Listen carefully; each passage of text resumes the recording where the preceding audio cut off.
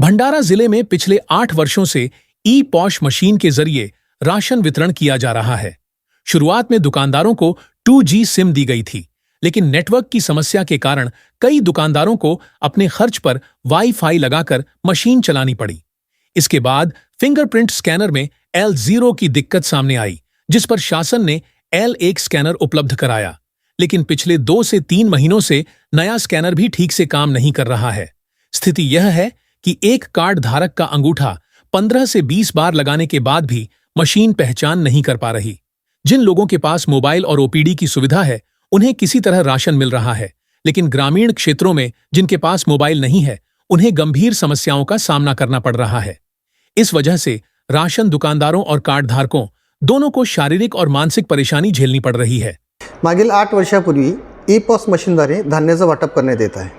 तेव्हापासून आतापर्यंत ह्या मशीनमध्ये नेहमी समस्या राहिलेल्या आहेत। सुरुवातीला आम्हाला 2G सिम देण्यात आलं होतं, त्यावेळेसुद्धा आम्हाला स्वतःच्या पैशाने वायफाय घेऊन आपल्या याच्यावर मशीन चालवावी लागत होती। त्याच्यानंतर जो फिंगर आम्ही ज्याच्यावर घेतो स्कॅनर, तो L0 होता।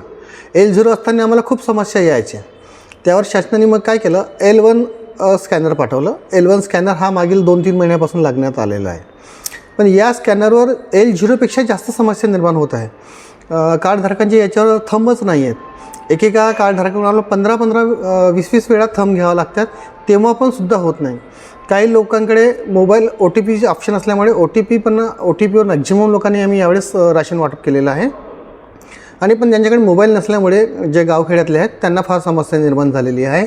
त्यांचे आयख्यानसुद्धा होत नाही आणि अशा परिस्थितीत राशन दुकानदारांना आणि कार्डधारकांनासुद्धा दोघांनाही मानसिक त्रास होत आहे, त्यांना शारीरिक त्रास होत आहे। ये जा हे वाढलेले आहेत दुकानदारांकडे आणि ते दुकानदारांना अक्षरशः शिवा देऊन जातात की हे तुमच्या गायचे हा लावला नेहमीचा आहे यशस्वी भानगड, या आपल्या गावठी भाषेत पण सुद्धा शिवा देतात आम्हाला। त्यामुळे आम्हालासुद्धा हा खूप मानसिक त्रास सहन करावा लागत आहे। आम्हाला शासनाला अशी विनंती आहे की त्यांनी या समस्येचे लवकरात लवकर निराकरण करावे आणि आम्हालासुद्धा आणि कार्डधारकांनासुद्धा या संकटातून मुक्त करावे। तर ते राशन घ्यायला येतो आम्ही, जो मशीन थंब लावतो ती मशीन आहे ज्यातून म्हणजे राशन कार्डाची जो पास निघते ती थंब लागत नाही आणि मोबाईलचे OTP पण बराबर येत नाही आणि जो आईज घेतात ते पण खूप त्रास देते आणि आम्ही कामधंदेवाले लोक, आम्हाला प्रॉब्लेम आहे याच्यापासून, तर तुम्ही दुसरी मशीन द्यावं। राशन दुकानदारों और कार्ड धारकों ने शासन से मांग की है कि ई पॉश मशीन की तकनीकी समस्याओं का जल्द समाधान किया जाए ताकि आम जनता को राहत मिल सके।